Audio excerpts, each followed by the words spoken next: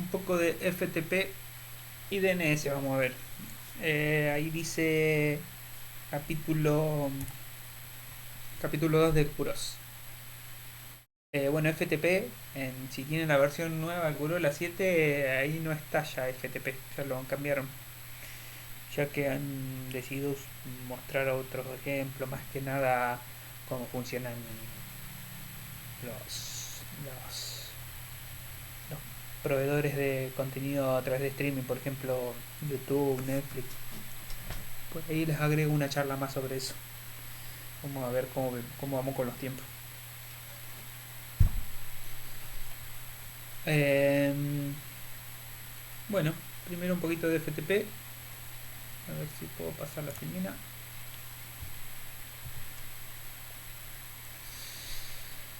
Básicamente, el protocolo FTP, como pueden ver ahí en el gráfico, trabaja sobre TCP, ¿no? O sea, usa una conexión, habíamos dejado un protocolo orientado a la conexión.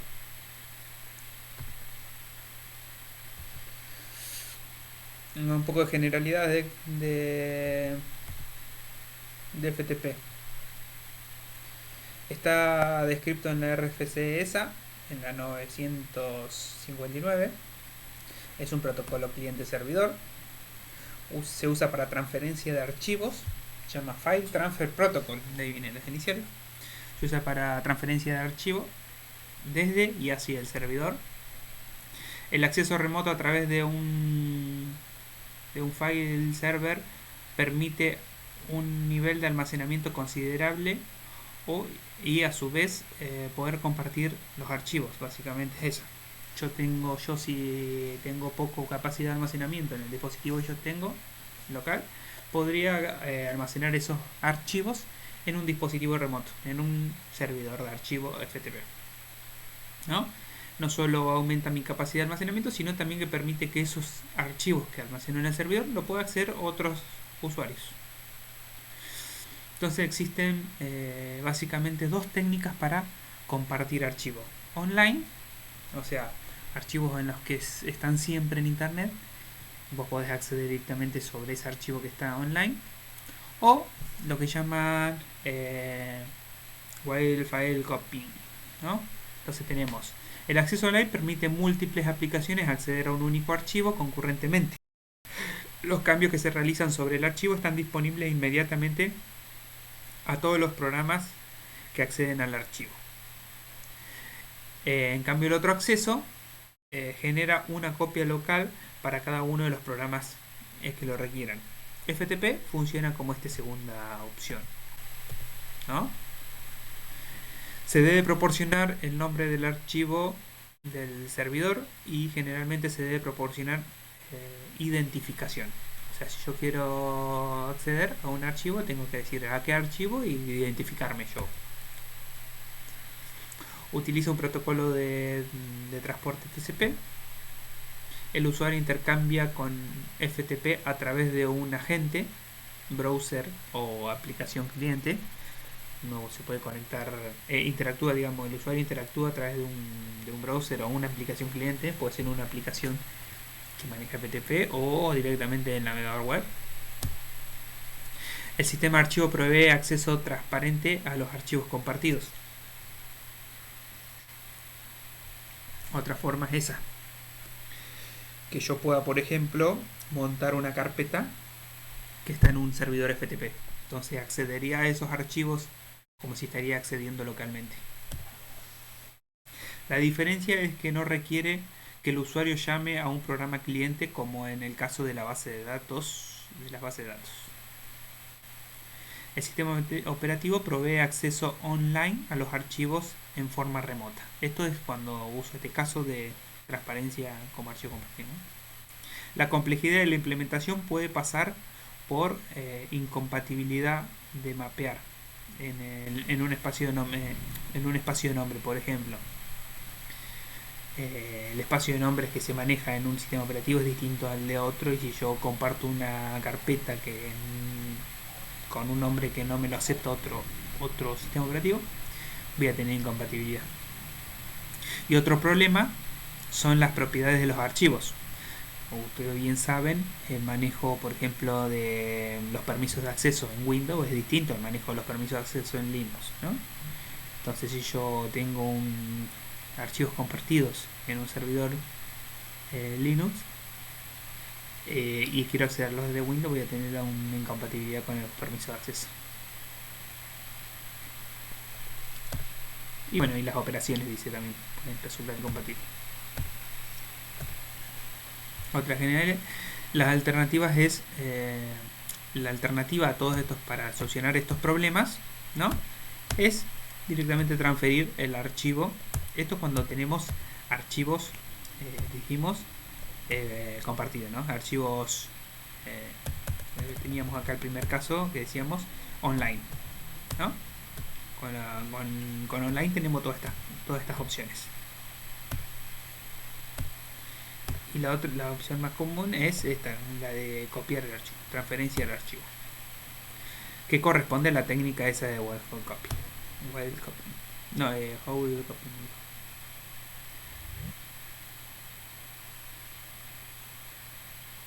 El usuario llama a un programa cliente para transferir una copia.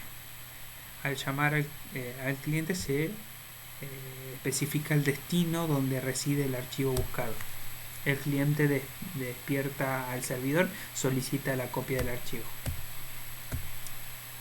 Entonces tenemos este esquema. El usuario o host se conecta a un FTP, a una interfaz de usuario del FTP, ¿no?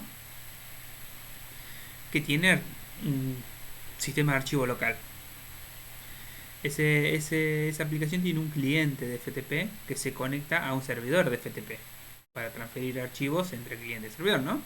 Y ese servidor FTP tiene un sistema de archivo remoto.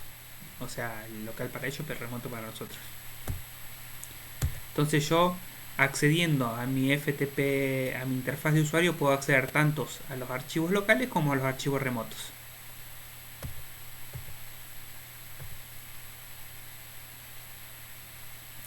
El protocolo FTP, conexiones TCP.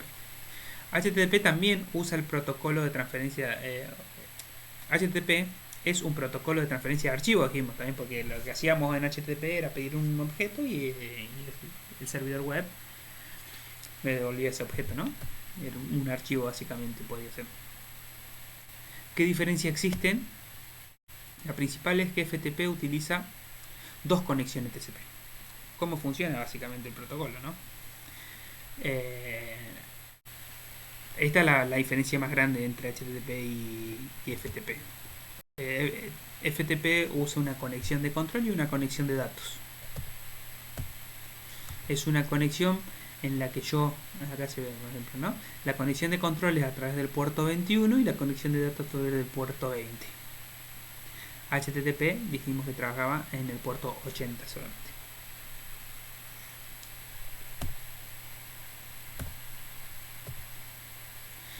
La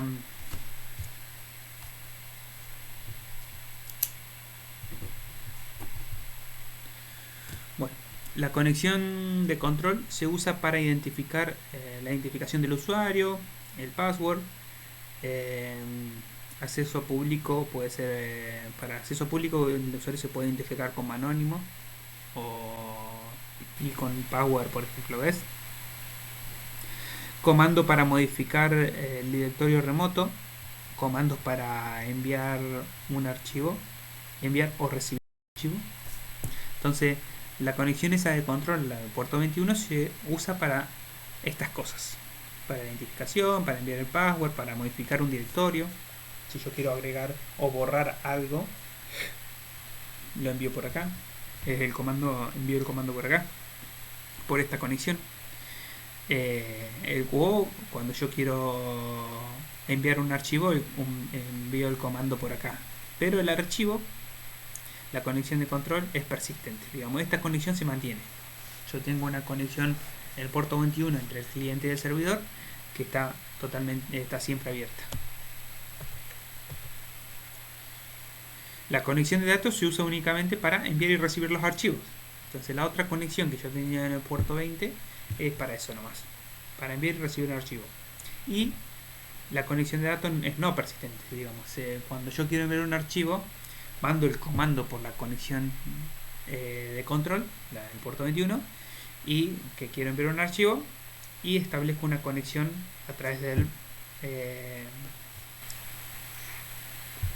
puerto 20, el otro puerto, para enviar el archivo por ahí. Una vez que se envía el archivo, se cierra esa conexión. Todo protocolo que utilice conexiones separadas para enviar datos e información de control, se dice que envía información de control fuera de banda, tal como por ejemplo como el FTP, ¿no?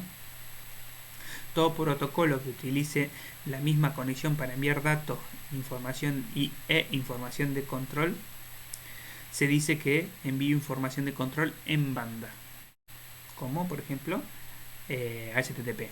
HTTP envía toda la información de control y los archivos por la misma conexión. Y por eso teníamos la cabecera y teníamos el body, que es donde iban los archivos. Protocolo FTP estados. El servidor FTP debe mantener además un estado del usuario. Debe asociar la conexión de control con una cuenta. Debe hacer un seguimiento del directorio actual del usuario según se vaya moviendo dentro del árbol, ¿no?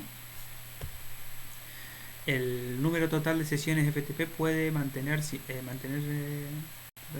que FTP puede mantener simultáneamente está restringido. Recordar que HTTP es un protocolo sin estado. Entonces, FTP, como maneja las conexiones persistentes, el número de usuarios que puede atender simultáneamente es limitado, ¿no?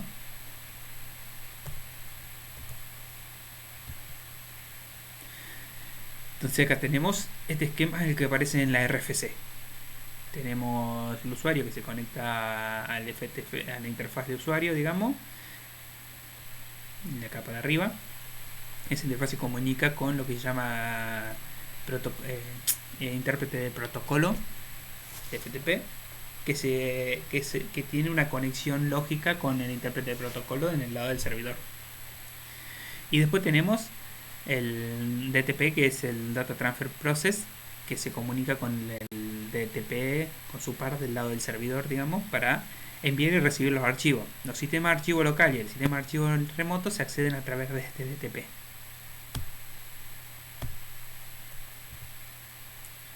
Bueno, algunos comandos básicos.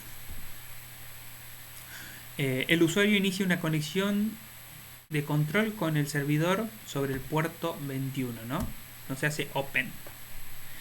El cliente envía su identificación a través. Estos creo que tienen una práctica sobre esto.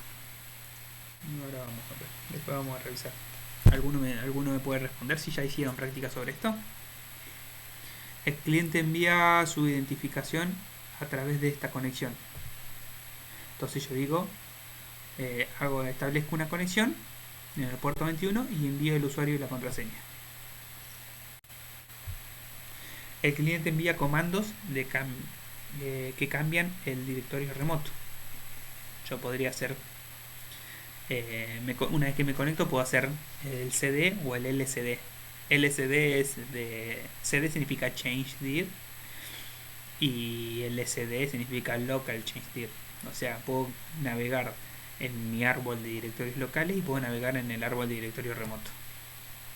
El cliente puede pedir un listado de archivos, listir, ¿no?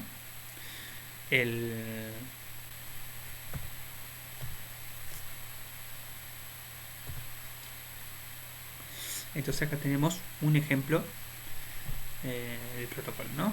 Se hace FTP y la URL del servidor de FTP. Ahí se muestra un ejemplo, por ejemplo, se conecta a un servidor FTP de la universidad. El servidor me responde conectado, ¿no? Y 220 me dice FTP server, me dice el identificador FTP server y me pide el nombre y me pide el password. Todos esos datos se envían por la conexión de control, ¿no? Una vez que ya está establecida la conexión, ya puedo empezar a mandar comandos, como por ejemplo get Y ahí por ejemplo, ahí se está pidiendo en el servidor FTP un documento que está en la carpeta pub, en la carpeta files, y el documento se llama documento.txt y es del tipo texto. El servidor me responde 200. 200 es un código de estado que él me responde, ¿no? Que el archivo está. Entonces se establece una conexión a través del puerto 20 para la transferencia de ese archivo. Me dice 226 como que se terminó de transferir el archivo a través de la otra conexión, ¿no? Entonces yo le puedo decir al servidor listo, ya close, o sea, cerrar la conexión. Lo que va a hacer cerrar la conexión es enviar el comando 221 espacio goodbye y después hago un quit para salir de la aplicación. Los mensajes con 220 corresponden al servidor. Yo veo el mensaje ese que está arriba, 220 es un mensaje, una respuesta del servidor. El 200 port indica que el cliente consiguió un puerto para la transferencia y el close cierra la conexión. O sea, cuando yo el arriba que dice 200 de conexión, que logro la conexión. A ver, disculpen que esto quedó medio raro.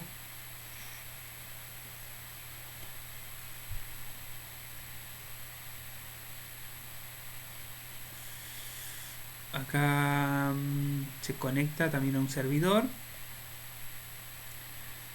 Se identifica el usuario, Slaker, se manda el password. Ah, este es modo activo. Ahora vamos a ver qué significa modo activo, modo pasivo. Básicamente se envía la conexión, se envía puerto, comando, se envía y se hace un list, ¿no?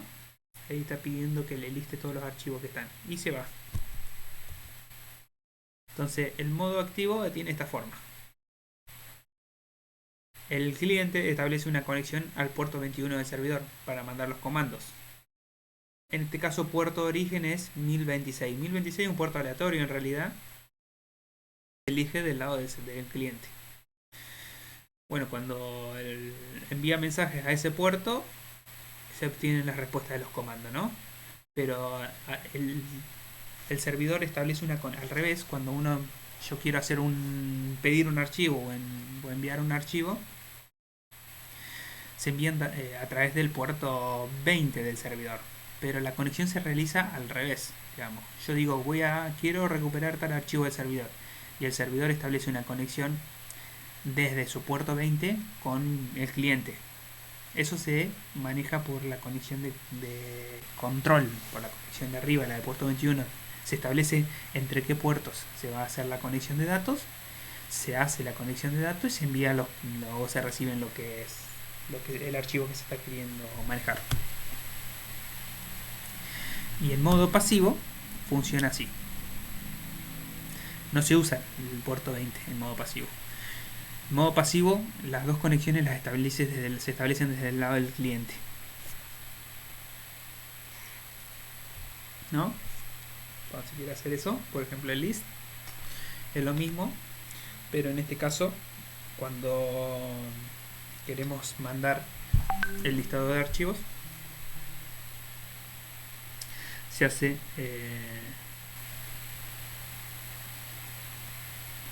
disculpen, voy a desconectar esto así no me molesta.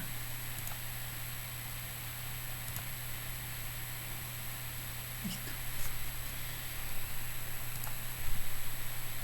Las dos conexiones establece el modo pasivo y la establece el cliente, ¿no? Se define, el servidor dice, bueno, yo escucho en este socket para los datos y el cliente hace la conexión.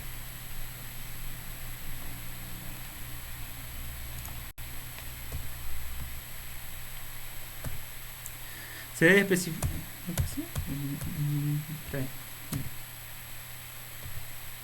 Se debe especificar el modo de transferencia. Mode block, stream, ASCII. Bueno, este es el modo que voy a transferir el ¿no? Cuando el servidor recibe un comando para transferir los archivos, inicia una conexión de datos con el cliente sobre el puerto 20. get y put. Esto es para enviar o recibir archivos. FTP envía el archivo sobre esa conexión y luego la cierra. Si desea transferir otro archivo, se debe abrir otra conexión. Son enviados sobre una conexión de control en formato ASCII.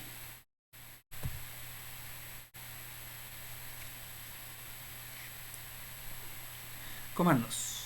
Bueno, los comandos, eso, básicamente los comandos viajan en formato ASCII por una conexión de control.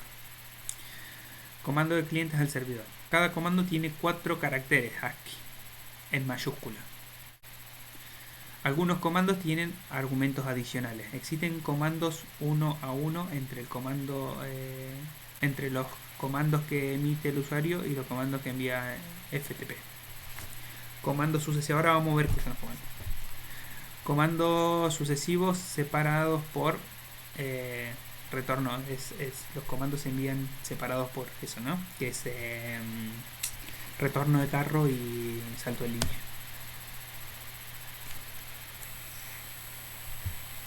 Respuesta del servidor al cliente. Se envían los comandos del cliente al servidor y el servidor al cliente envía la respuesta. Cada comando sigue una respuesta del servidor.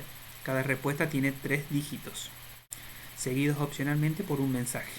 Similitud de tipo muy parecido a lo que vimos en HTTP. ¿Se acuerdan que teníamos un estado? Es más, los estados del 200, por ejemplo, es OK y es OK también en FTP. Usuario, password. List. Estos son los comandos que que tenemos para enviar, ¿no? Si queremos enviar el usuario, el comando es user. Habíamos dicho que los comandos eran 4 caracteres en ASCII. USR es el comando para enviar el usuario. Pass es el comando para enviar el control. List es un comando para pedir el listado de directorio en el servidor.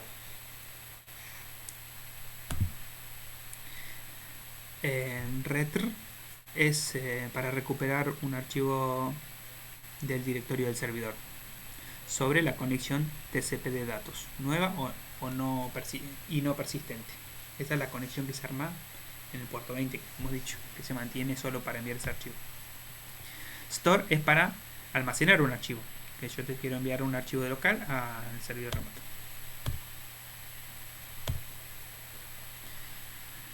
La respuesta que puedo tener desde el lado del servidor son 331 user OK y me password requiere, digamos, el usuario está bien, me pide la contraseña.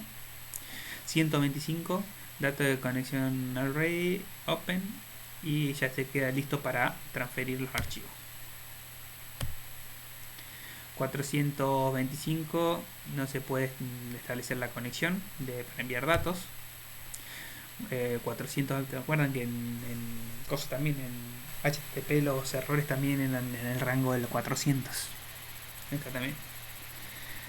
Error al escribir el archivo. Bueno, esos son algunos estados de algunas respuestas del protocolo FTP. Bueno, eso es todo por FTP. Es un protocolo muy simple. Antiquísimo, digamos, es uno de los primeros protocolos que se definieron en Internet, incluso antes que HTTP. Y otro protocolo muy importante en Internet es el protocolo DNS o protocolo de nombres de dominio. Ahí en el grafiquito, me quedó pintado TNT, pero era DNS. Bueno, ahí en el grafiquito podemos ver que el DNS corre sobre UDP sobre todo, pero hay un poquitito que corre sobre TCP. Después vamos a ver por qué.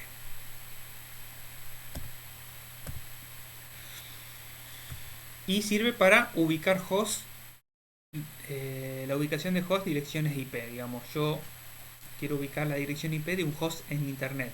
La dirección IP habíamos dicho que era una dirección que identifica unívocamente a una máquina en Internet, ¿no? Entonces los hosts de Internet se identifican por su dirección IP. Una dirección IP consta de 4 bytes. Cada byte se expresa en notación decimal. Estos son cuando que te han visto que es, por ejemplo, 192, 168, algo, 0 o 1, por ejemplo, ¿no? Se separa por un punto. Puede tomar valores entre 0 y 255, porque es un byte, justamente. La estructura es jerárquica y rígida. Leyendo de izquierda a derecha se va obteniendo información cada vez más específica. Cuando yo quiero ubicar un host por el nombre, cuando quiero identificar, ahora vamos a ver de izquierda a derecha, vamos haciéndonos más específico. Ahora vamos a ver por qué.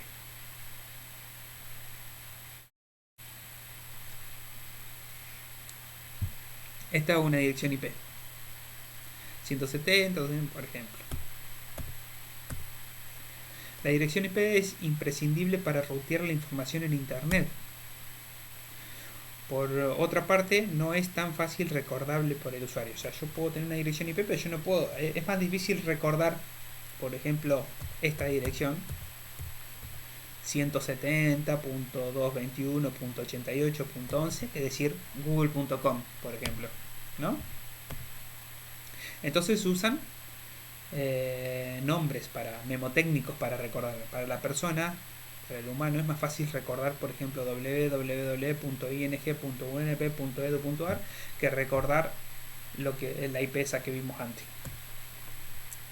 No son apropiados para la utilización, para utilizar por los nodos. O sea, estos nombres no son apropiados para que los nodos routen información a través de Internet. En cambio, las direcciones IP sí también sirven para eso. Es necesario entonces algún tipo de traducción entre ambos esquemas, ¿no? Entre el esquema mnemotécnico y las direcciones IP. Entonces necesitamos alguna forma de traducir esos nombres en números IP, en direcciones IP. Esto se hace a través del protocolo de DNS. Servicio de directorio de Internet, significa DNS. Domain Name Service. Está especificado en las RFC 1034 y en la RFC 1035. Está compuesto por una base de datos distribuida e implementada en una jerarquía de servidores de nombre o name server, NS, una aplicación de capa de aplicación, una aplicación de la capa de aplicación que permite que se comunique el host y los servidores de nombre. Los servidores de nombre son frecuentemente máquinas Unix que ejecutan el software BIND, Berkeley Internet Names Domain. Bueno, en realidad hay un centenar de aplicaciones que funcionan como DNS, ¿no? BIND es el más usado, sí. BIND 9 en realidad se llama la aplicación. Pero hay otros DNS que se pueden usar. DNS, o sea, BIM es la aplicación que implementa el protocolo DNS. DNS corre sobre UDP en el puerto 53. DNS es un servicio usado por otros protocolos de capa de aplicación. Si un navegador usa HTTP, pide un objeto con una URL determinada. Por ejemplo, si yo quiero entrar a la página de esas asignaturas.htm, es www.ing.edu.ar/asignatura, corre lo siguiente. O sea, primero tengo que identificar la IP de ese servidor de la Facultad de Ingeniería. Entonces tengo que consultarle al DNS por ese nombre. El navegador extrae el nombre de la URL y se lo pasa al servidor, a la aplicación de DNS. El cliente de DNS envía una consulta al servidor de DNS, un mensaje DNS de petición. El cliente DNS recibe una respuesta que incluye la dirección IP del host. Entonces el navegador establece una conexión TCP con el proceso HTTP del lado del servidor, ¿no? Y recién ahí se puede obtener el recurso. Todo este proceso demanda un retardo adicional. DNS proporciona otros servicios importantes, como alias de host. Cada host tiene un nombre original que es poco mnemotécnico, llamado nombre canónico. Por ello tiene además alias. Pueden ser varios. DNS proporciona el nombre canónico a partir de los alias. Ahora vamos a ver. Entonces yo puedo acceder a un servidor a través de un alias, no necesariamente tener el nombre entero del servidor. Caso similar al anterior. DNS permite alias de servidor de correo, ¿no? Caso similar. DNS permite, además de los alias de host y correo, que los alias de host y correo sean iguales, ¿no? ¿Qué quiere decir con esto? Para distinguir la diferencia se maneja un registro especial en los mensajes. Yo puedo entrar, por ejemplo, al servidor de correo de Google y que sea google.com, ¿no? Ponele. Y el servidor de correo la página web sea también google.com. Podría ser lo mismo. Lo que va a distinguir la forma en la que se va a dar cuenta para darme cuál es la IP del servidor de correo y cuál es la IP del servidor web es a través de un registro. Lo que cambia es el registro. Si yo estoy pidiendo un servidor cualquiera, el registro va a ser tipo A. Después vamos a ver. Y si yo estoy pidiendo cuál es el servidor de correo de Google, voy a pedir el registro MX.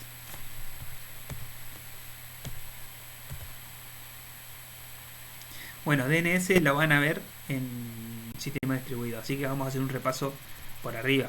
La idea es que sepa cómo funciona básicamente para poder usarlo en esta materia, pero en profundidad van a verlo en sistemas distribuidos. Entonces DNS también permite sirve para lo que se llama distribución de carga o balanceo de carga, ¿no? Los sitios más populares están replicados en múltiples servidores. Entonces, si yo quiero acceder, por ejemplo, a Google tiene un montón de servidores, no tiene uno solo, ¿no? Si yo quiero acceder a Google, le pido al DNS que me dé la IP de Google, me va a dar una IP, pero a otro usuario le va a dar otra IP. Entonces, de esa forma va distribuyendo la carga sobre los servidores de ellos. Se ejecuta en sistemas finales diferentes que tienen diferentes IP, ¿no? En estos casos, el nombre canónico del host está asociado a un conjunto de direcciones IP. Al consultar el DNS, responde enviando todas las direcciones IP, pero rotando el orden de cada mensaje de respuesta. El efecto es distribución equitativa de la carga.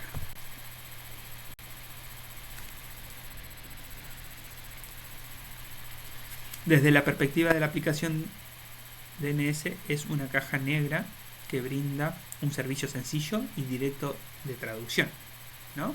Entonces yo, desde el punto de vista del cliente, yo doy un nombre y DNS me da un IP. Eso es básicamente. Pero en realidad es un sistema muy complejo. Tiene un gran número de servidores en todo el mundo, estructuras jerárquicas, protocolos específicos. Vamos a ver. El diseño sencillo, un único servidor. Alternativa de diseño, dice. Un diseño sencillo sería un único servidor, ¿no? Ahora, la desventaja de tener un único servidor es un único punto de fallo, digamos. Si ese servidor no está andando, no anda internet directamente. Si es un único servidor el que responde a todas las peticiones de DNS y ese falla, nadie podría acceder a través de nombres a los servidores. Además de que el volumen de tráfico sería inmenso, la base de datos centralizada distante, si estaría en un solo lugar, los que están más lejos tendrían el servidor de nombre muy alejado y otras el mantenimiento, ¿no? Por eso el diseño de DNS entonces es distribuido, digamos. Tenemos servidores de DNS en toda parte del mundo, hasta localmente en la máquina vamos a ver que se maneja una especie de servicio de DNS. DNS utiliza gran número de servidores organizados jerárquicamente, distribuidos alrededor del mundo. No existe un servidor que contenga todos los nombres de host. La correspondencia está distribuida. Entonces, cada ISP tiene su servidor local. Cada proveedor de internet tiene un servidor de DNS local. Las consultas dentro del ISP son enviadas permanentemente a ese servidor. DNS por defecto. O sea, el DNS por defecto que manejamos nosotros suele ser el DNS del servidor de nuestro proveedor de internet. Las peticiones se resuelven rápidamente. Yo le consulto al servidor de mi proveedor de internet y se resuelven rápidamente. Existen tres tipos de servidores de nombre. Servidores de nombre raíz, servidores de DNS de dominio de nivel superior, o los llaman TLD, y servidores de nombres autorizados. Entonces tenemos, cuando un NS, un name server local, no puede satisfacer una consulta, se comporta como un cliente y hace a su vez una consulta a otro name server denominado raíz. O sea, cuando yo le consulto al servidor de nombre de mi empresa, mi ISP, y no tiene la IP de esa máquina que yo estoy consultando, la va a consultar a los servidores raíz. En internet existe una limitada cantidad de servidores raíz. Por ejemplo, en el 2009 eran 13, ¿no? Ahora no sé cuántos serán, después vamos a revisar. Y la mayoría estaban en Estados Unidos. Cada servidor en realidad es un clúster de servidores por fiabilidad y seguridad. ¿Qué es un clúster de servidores? Hemos dicho que era un montón de máquinas conectadas que trabajan juntas. Entonces teníamos este esquema en el 2007. Esos son los servidores raíces. ¿Vieron? Tenían 3 ahí en Estados Unidos, después hay un par allá en Europa y uno en China. En Japón, disculpe.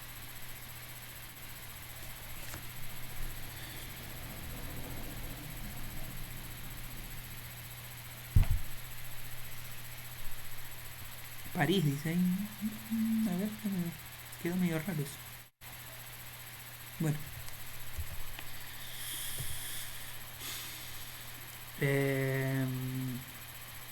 Tipo de servidores de nivel superior, los TLD. Son responsables del dominio de nivel superior. Los servidores raíces son esos que ustedes vieron que punto digamos son los que resuelven la base de todas las peticiones. Después tenemos los responsables de nivel superior, que pueden ser com, edu, org, .net o los dominios de los países. Estos también son servidores TLD, ¿no? Si yo accedo a un dominio .ar o .br o .u, esto lo resuelve un servidor de TLD. Un segundito.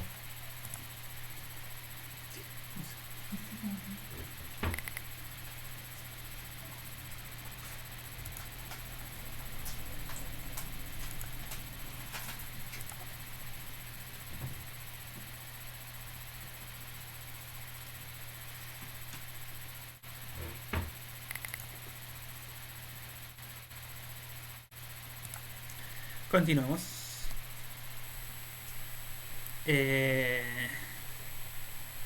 Entonces tenemos servidores, por ejemplo, en Argentina, que resuelven todos los que son los dominios .ar, ¿no?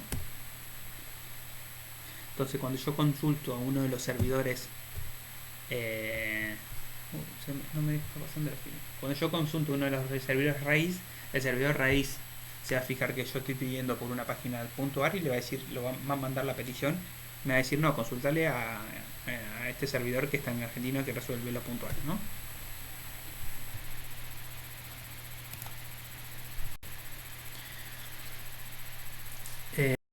DNS tipo de servidores autorizados. Y después tenemos los servidores autorizados.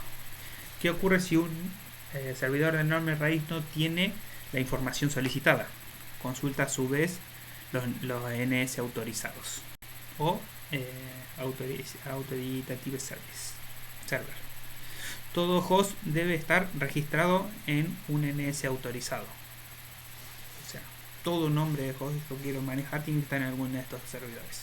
Típicamente los servidores de nombre autorizado es el mismo NS local del ISP donde reside el host en cuestión, ¿no? Si yo quiero registrar mi máquina, en mi servidor, un servidor en mi casa, yo lo registraría en los DNS, en los servidores de nombre de mi proveedor de internet. Existe obligaciones de cada host, que cada host esté registrado al menos en dos. Bueno, hay una de las condiciones de DNS es esa, que esté registrado en dos, en al menos dos servidores de nombre. Entonces tenemos este esquema. Tenemos los raíces, los servidores raíces, tenemos los servidores de los TL de eso, y tenemos los servidores de los de delegación de zona o de dominio, como dijimos, servidores autorizados, ¿no? Por ejemplo, los servidores de Yahoo, los de Amazon, los de Google, bueno, los de las universidades, por ejemplo, allá tenemos un .edu, y después abajo tenemos poly.edu o umas.edu, ¿no? Son servidores de nombres. Entonces tenemos dos tipos de consultas a los servidores: las consultas recursivas y las consultas iterativas. La consulta recursiva es un host o NS A hace una consulta recursiva a un NSB. B a su vez hace una consulta en nombre de A otro NS, y B finalmente envía la respuesta A. ¿Se entiende? Entonces tenemos como que B va a ser servidor para A, pero B va a ser cliente de otro servidor pidiéndole el nombre. Una vez que B obtiene la respuesta, se le envía a A. Y después tenemos consultas iterativas. En este caso, A hace una consulta a B, B no tiene la respuesta, le envía a A la dirección IP del siguiente NS de cada jerarquía. Entonces yo le consulto a B, B me dice: no tengo la respuesta, pero la puede tener C, ¿no? Entonces A le va a consultar directamente a C, no le va a consultar a B, no va a esperar que B le dé la IP. Este tipo de consultas se llaman iterativas. Este tipo de consultas pueden existir con las anteriores en cualquier lugar de la red. Es preferible usar este tipo de consultas para los raíces. Entonces tenemos la consulta recursiva, ¿no? Por ejemplo, acá tenemos el host. A ver si puedo marcar. Acá, ahí tenemos el host que hace la consulta. El paso 1 es este, se la consulta a los DNS locales. Estoy pidiendo por el dominio este, ci.poly.edu, ¿no? Entonces lo manda acá a los DNS poly.edu. Estoy buscando el DNS poly.edu. Esta la va a aparecer a los root server. Root server le va a decir, le va a delegar la petición a los TLD DNS server. TLD DNS server le va a decir, le va a mandar la petición al servidor autorizado, que es el que realmente tiene el nombre de ese servidor, ci.poly.edu, ¿no? Entonces acá tenemos dns.ci, esa es la dirección de este servidor. Entonces este le va a mandar la respuesta, la IP es esta. Entonces este le va a mandar la respuesta a este le va a mandar la respuesta a y este finalmente llega a la IP al que hizo la consulta. Esta es la consulta recursiva. La consulta iterativa funciona así: el que hace la consulta de los DNS local, el local hace a los root, el root le dice a qué servidor siguiente tiene que hacerle la consulta, este le hace la consulta al otro, al TLD server, TLD le dice consultale a este otro servidor, entonces el local server hace la consulta a este otro servidor y este le da la respuesta y recién llega ahí la respuesta a quien tiene que llegar.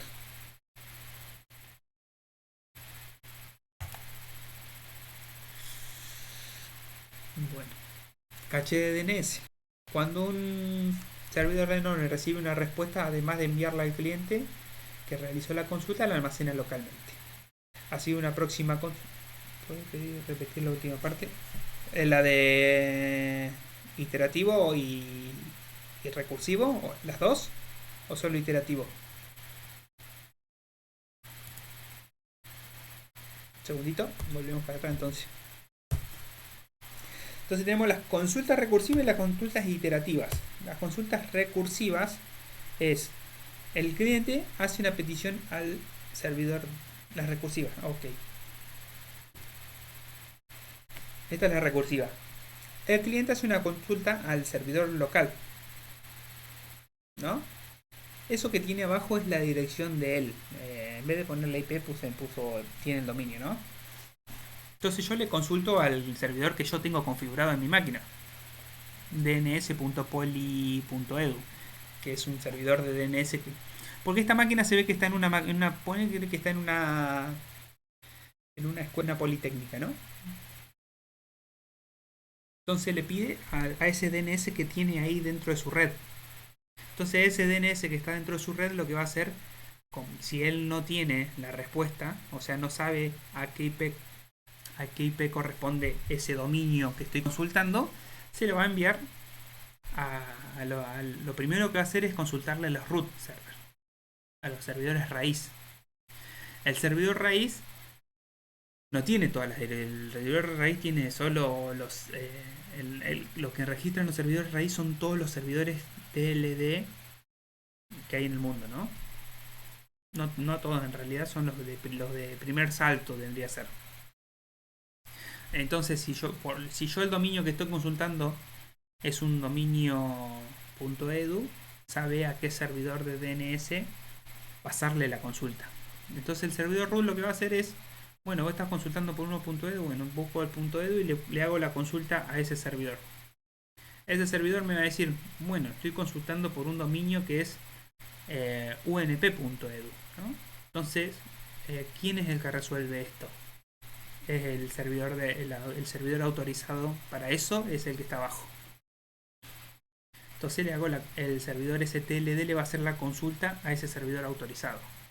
El servidor autorizado se fija en su base de datos y sí tiene la URL y tiene la IP, ¿no? Entonces va a decir, sí, tengo la IP de ese dominio que estás buscando. Te doy la IP. Se la da al TLD. El TLD se la da al root, el root se la da de vuelta al local server y el local server se la da al que hizo la consulta. ¿Entendés? Entonces de esta forma, esta es la forma recursiva. Va para las peticiones recorren todos los servidores y la respuesta vuelve por todos los servidores. Después tenés la iterativa. La iterativa es de esta forma.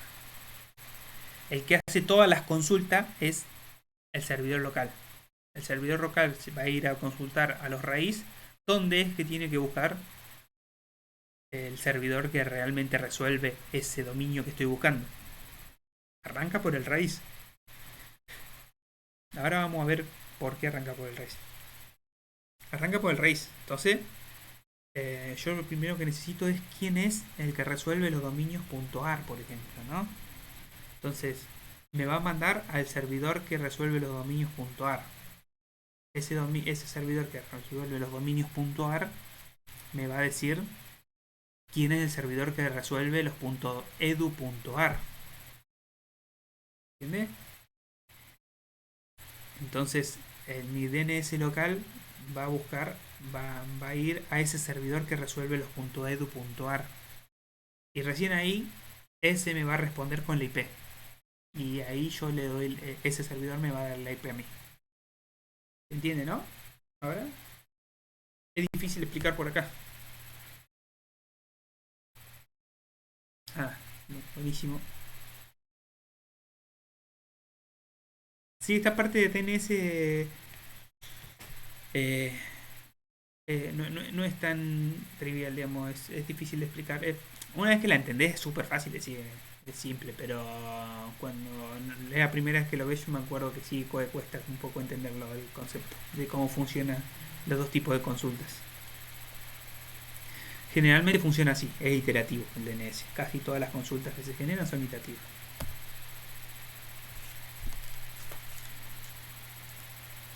Bueno, después tenemos caché, así como manejábamos en HTTP las caché para ahorrarnos hacer todo el recorrido, los DNS también manejan caché. Una vez que yo obtengo un DNS, obtiene una IP de una consulta, la almacena un tiempo. Entonces cuando yo consulto de vuelta por esa página, me va a responder desde su caché, no va a ir a hacer todo el recorrido de vuelta, no va a ir a los raíces, a los TLD y a los autorizados, ¿no? Directamente me va a resolver desde la caché local. Entonces mejora los tiempos de respuesta, disminuye el tráfico de red y disminuye la carga a las consultas, a los servidores raíces y a los autorizados. Tiene un tiempo limitado de 2 días, dicen, bueno, esto se puede modificar, se puede configurar. Registros DNS, bueno, otra cosa que habíamos hablado que lo que almacena son registros y tenemos distintos tipos de registros de direcciones, ¿no? Tenemos registros, lo que llaman RR o registro de recursos. Son utilizados para la correspondencia nombre de host, dirección IP, transportados por los mensajes de respuesta y uno o más RR por mensaje. Lo podemos ver qué quiere decir esto. Entonces un RR es una tupla que contiene esto: nombre, valor, tipo y TTL. TTL es lo que se llama tiempo de vida o time to live. Determina cuándo el recurso debe ser borrado de la caché. El tipo de los registros el tipo puede ser ANS, CNAME o MX. Entonces tenemos el siguiente y tenemos el nombre o valor, depende del tipo, ¿no? Y tenemos un registro, vamos a ver mejor cómo despacito. Si el registro es de tipo A, entonces el nombre va a ser el nombre del host y el valor va a ser la dirección IP. Entonces, en base al tipo, el valor y el nombre van a ser distintos datos, ¿no? Entonces tenemos, si es un registro del tipo A, voy a tener en el nombre del host y en el valor la dirección IP. Y ahí se ve un ejemplo, ¿no? relay.bar.fu.com tiene la dirección IP y es del tipo A. Y es un registro del tipo A. Y después tenemos del tipo NS. Entonces lo que vamos a tener es un nombre de dominio y en el valor vamos a tener el nombre del host del servidor autorizado. Entonces si yo busco el servidor de nombre para fu.com, me va a devolver dns.fu.com y el tipo va a ser ns. Un segundo. Si el tipo es CNAME, esto es nombres canónicos, básicamente es una forma de crear alias. Entonces yo voy a decir, si el tipo es CNAME, en el nombre voy a tener el nombre de host y en el valor voy a tener el nombre de host canónico. Entonces fu.com en el nombre y en el valor voy a tener relay1.bar.fu.com, por ejemplo. Y después tenemos los tipos MX, que se llama Mail Exchange, por eso el MX, que son los registros para identificar los servidores de correo dentro de un dominio. Entonces tenemos nombres del servidor de correo y tenemos nombre canónico del servidor de correo. fu.com, por ejemplo, si yo quiero pedir el servidor de mail de fu.com, va a ser mail.bar.fu.com. Esta funcionalidad permite el mismo alias para distintos servidores. Entonces yo puedo tener fu.com si yo quiero pedir el servidor de mail, voy a pedir por fu.com también. Si quiero pedir, pero voy a pedir el tipo MX. Ahora vamos a ver cómo funciona esto y cómo lo podemos probar. Entonces tenemos registros de NSRR, ¿no? Si un NS, un servidor de nombre, está autorizado para un nombre, debe contener el registro del tipo A. Los otros solo tienen registro del tipo NS. O Sí, registro de tipo DNS. Si un DNS no está autorizado para un nombre, entonces contendrá registros tipo DNS para el nombre de host, para los dominios del host.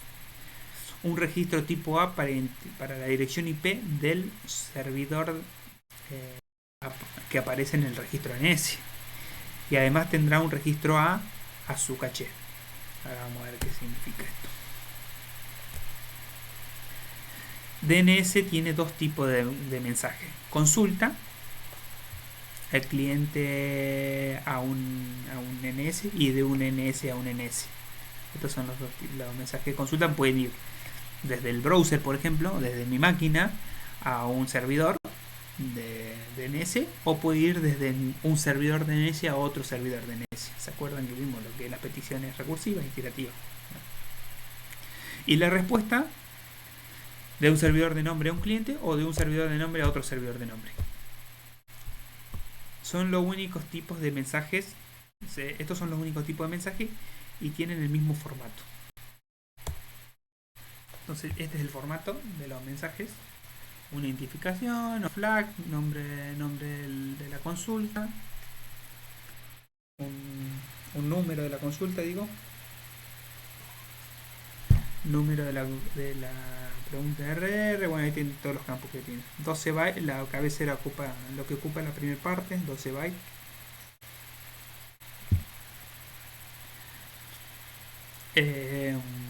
Bueno, la consulta, después vienen todas las respuestas. Ahí están todos los campos que llevan los paquetes que viajan por DNS. La sección de cabecera, los primeros 12 bytes, 6 campos de 16 dígitos, de 16 bytes, digo, 2 bytes cada uno, ¿no? El primer campo identifica la consulta. El segundo campo son señales de flag.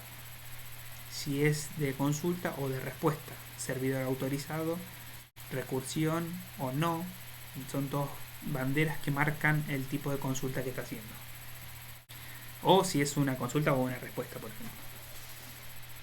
El tercero al sexto campo son números de ocurrencias de los 4 tipos de secciones de datos que siguen. 4 secciones para datos. Sección de consulta, sección de respuesta, sección de autorización y sección adicional.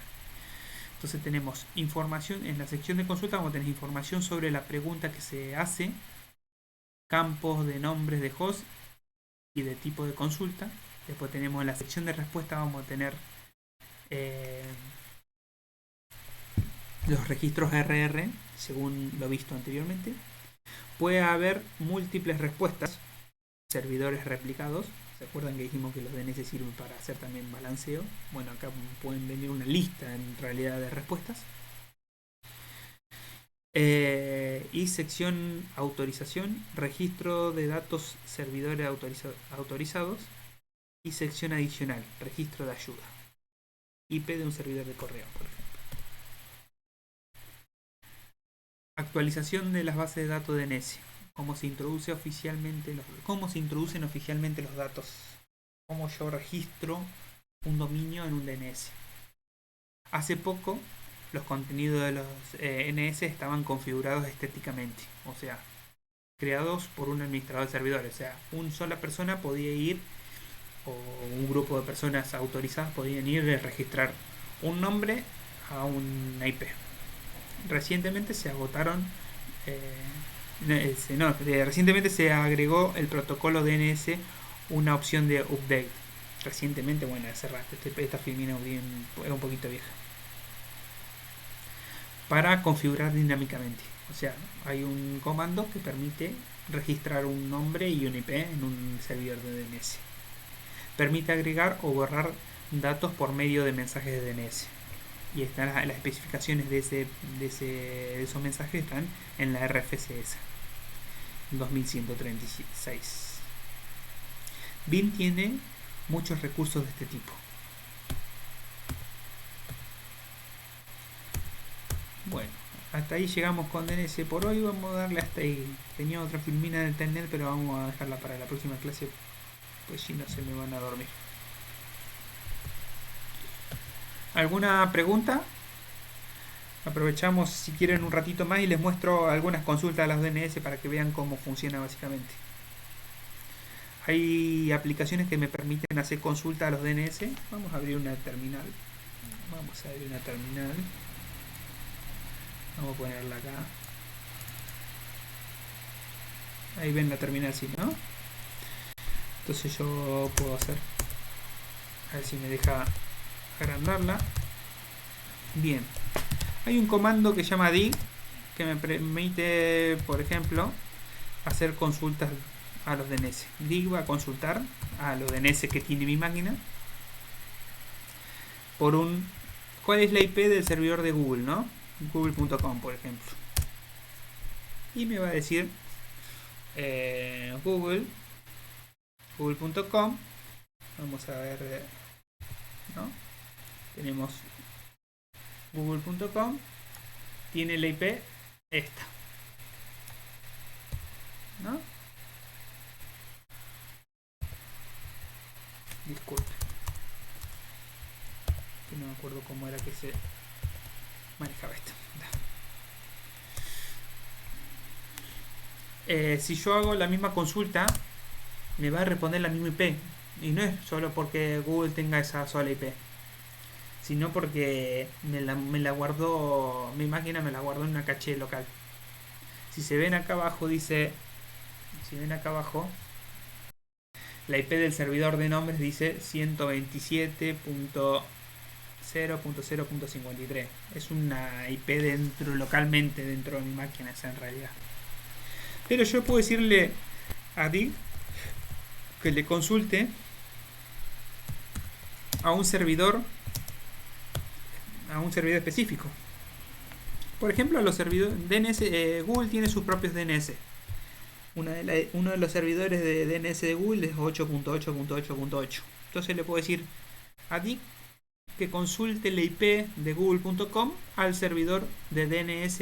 Entonces directamente mi máquina va a hacer una consulta a ese servidor de DNS. No la va a hacer ni al del ISP mío ni nada. Va a ir a hacer la consulta a ese, ¿no? Y ese me va a responder. ¿Vieron que me respondió otra IP?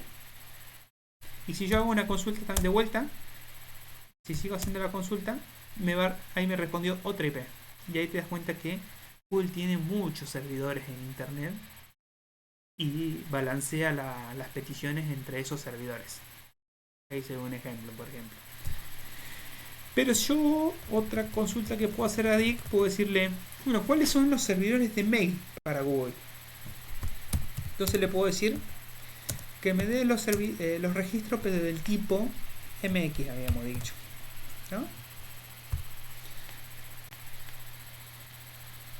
Entonces ahora quiero saber yo cuál es el servidor de mail de Google. No me acuerdo si era así, disculpen, vamos a ver qué me responde. Ahí me respondió. Entonces me responde por una lista. Me respondió una lista de nombres. Entonces tenemos todos estos que están acá. A ver si lo puedo achicar un poquitito. Ahí está, ahí se ve mejor. Entonces me dice que Google tiene todos esos servidores de mail. Me dio con 5, ¿no? Si yo hago la misma consulta, ahí cambió, ¿no? Ahí me puso en otro orden. Sí, esto también va a quedar grabado esto les va a servir para la práctica, por eso les estoy mostrando. Yo quiero hacer otra consulta, por ejemplo, habíamos dicho que había 4 tipos de registro. El A es el que dice la primera. Si vos no le especificás, directamente consulta por el registro de tipo A.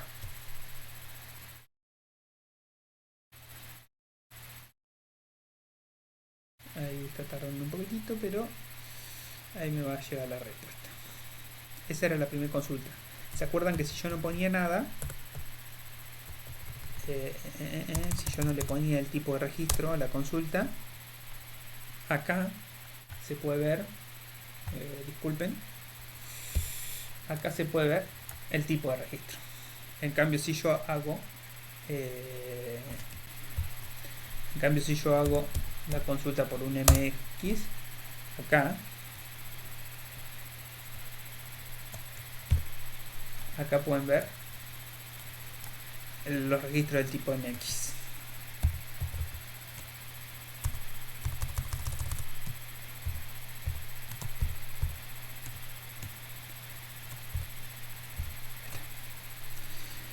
Bueno, ¿qué otra cosa puedo consultar? Vamos a hacer otro dominio, por ejemplo, unp.edu.ar. Yo quiero consultar por los servidores de los DNS de la universidad nuestra, ¿no? Entonces me dice los servidores de DNS de unp.edu.ar son Unpata y Choike. Entonces yo quiero saber cuáles son las IP de esos servidores de DNS, ¿no? Entonces yo quiero agarrar, dijimos que tenemos los servidores del tipo DNS, son estos dos, Unpata y Choike. Pero yo quiero saber, por ejemplo, la IP de este servidor. El siguiente consulta va a ser por la IP de este servidor. El registro A asociado a unpata.unp.edu. Entonces ahí me dio, disculpen que dejé ahí me dio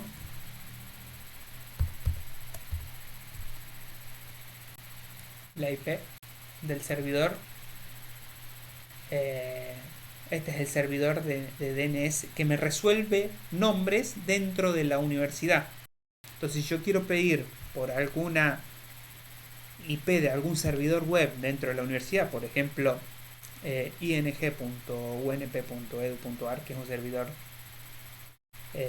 web dentro de la universidad, se la voy a tener que consultar a este servidor. ¿Cómo puedo hacer eso? Yo podría decirle, en vez de usar los DNS de Google, ahora directamente puedo usar el servidor de la universidad, 170.210.88.3, y consultarle a ese servidor por una página. Vamos a consultarle por esto, a ver qué es lo que hace.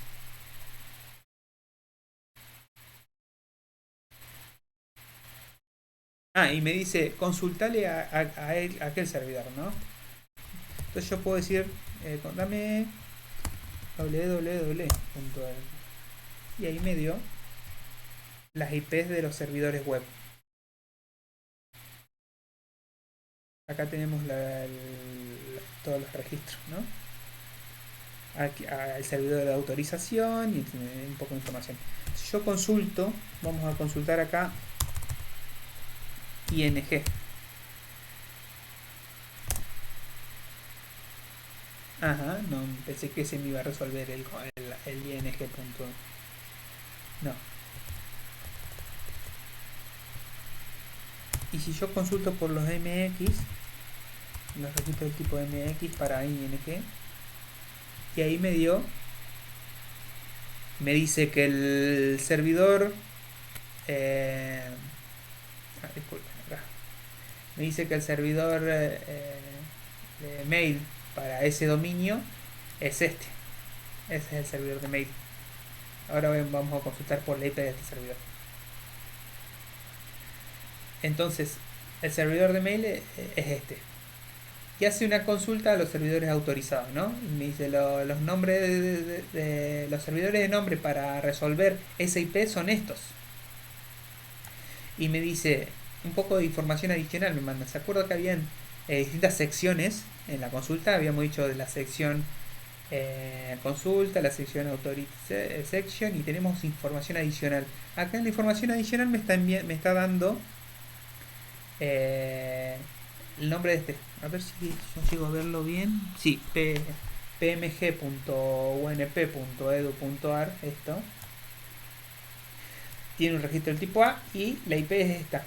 Entonces el servidor de mail, la IP del servidor de mail de la universidad para los dominios, cuando yo envío una petición a un mail que sea arroba ing, no, ¿cuál que habíamos dicho? Sí, arroba ing, ing punto unp punto edu. Disculpen que lo escriba así, pero no tiene para escribir este edu.ar, por ejemplo, Pepe.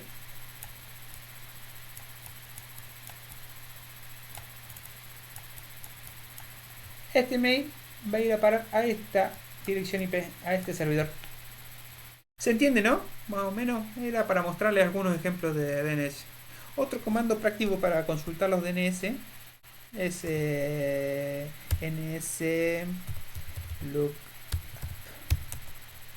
nslookup. Acá te abre como una especie de consola y en la que ustedes pueden hacer las consultas directamente. Por ejemplo, www.google.com y me va a dar .com y me va a dar la IP. Y ahí me muestra las secciones como también habíamos visto en el caso. Y me da una especie, como pueden ver acá me está dando el registro A y el registro cuádruple. Esta es una dirección del tipo IPv6. Que bueno, no sé si lo vamos a ver, pero para que sepan que hay dos tipos de direcciones.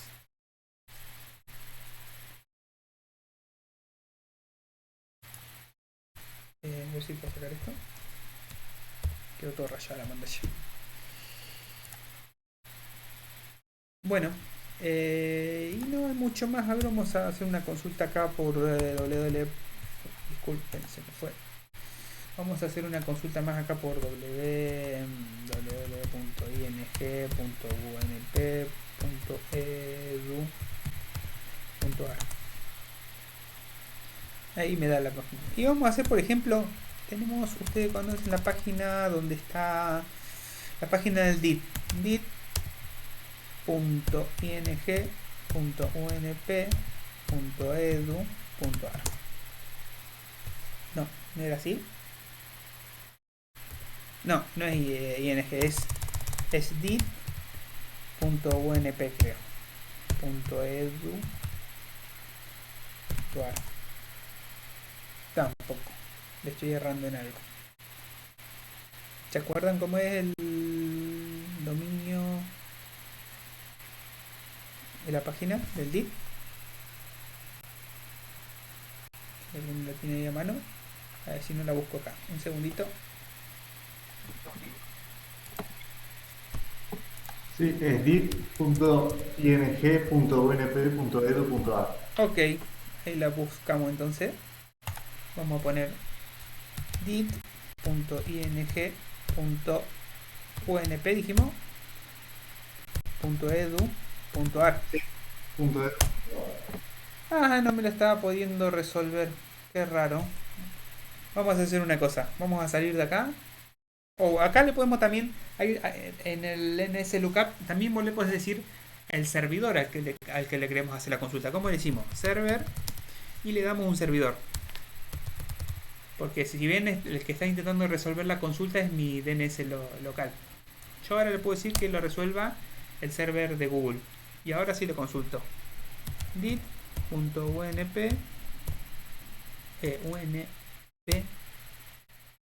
no, ing.unp. Capaz que le estaba escribiendo mal. unp.edu.ar. Ajá. No puede encontrar eso. Bueno, vamos a ver. Departamento de informática 3 León. Vamos a hacer una cosita. Vamos a probar con. Vamos a salir de acá. Exit. Y vamos a probar con el big. Y vamos a consultarle a Google. A ver, poner un registro de tipo A Google. No le vamos a poner nada, que me devuelva todo. UNP, vamos a ponerle dit.ing.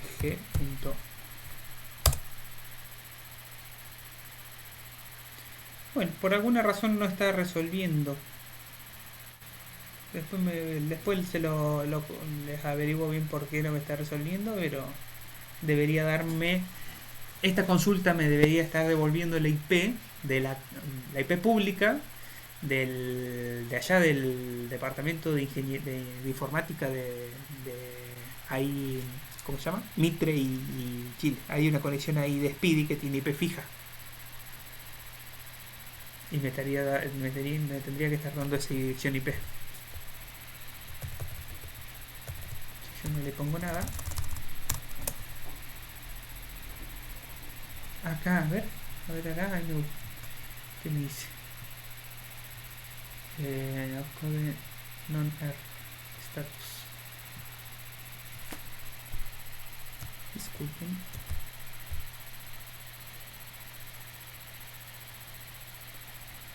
Ah, ya sé que puede ser. Bueno, después se los envío.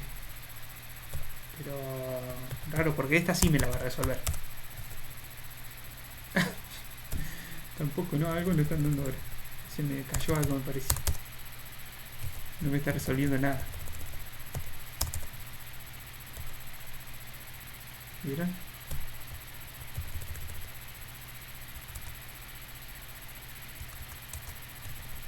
Y si pongo Google.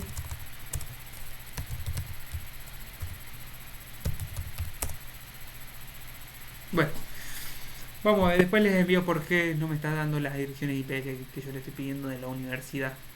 Quizás a ver, suele pasar que se caen los servidores de DNS de la universidad también, ¿eh? Me ha pasado ya un par de veces. Quizás están caídos en este momento. A ver si puedo entrar de la... El tema es que si entro desde el navegador, quizás me funcione Sí, porque... yo probé entrar del navegador y pude, sí. Sí, es porque el navegador maneja una caché local. Claro. Puede ser que tenga ya guardada la IP. Entonces... Pero bueno, después voy a averiguar a ver si no me está por alguna razón. Lo que podés hacer, lo que se puede hacer para revisar si están andando es averiguar cuál era el registro. Dijimos que era eh, menos T. Vamos a ver cuáles son los que resuelven. Dijimos que eran esos, ¿no?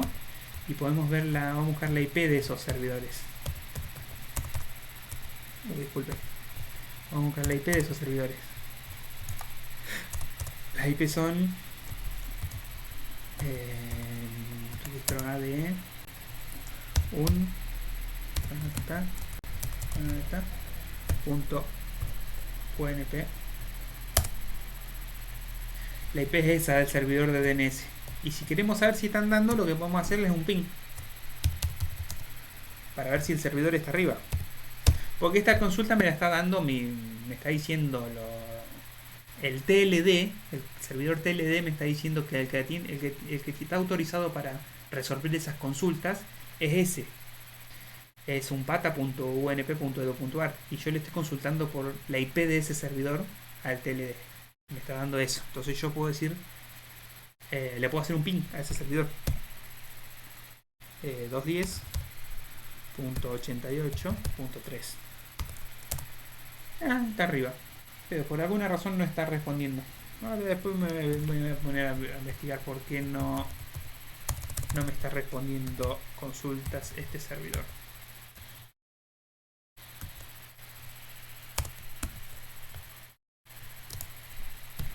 Eh,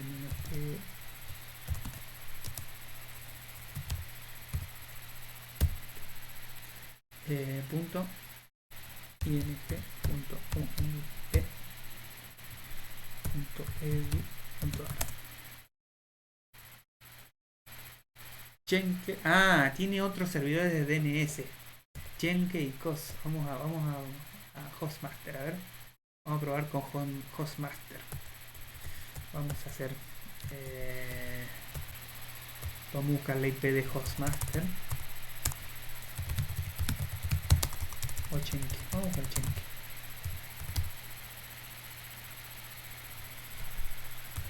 Esos son los servidores autorizados. Jenke. Es la misma, ¿no? No, 4. 88,4. No me está resolviendo.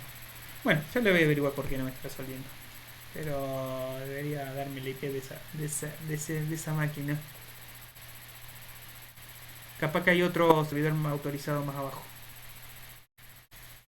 A ver. Y quiero averiguar la de.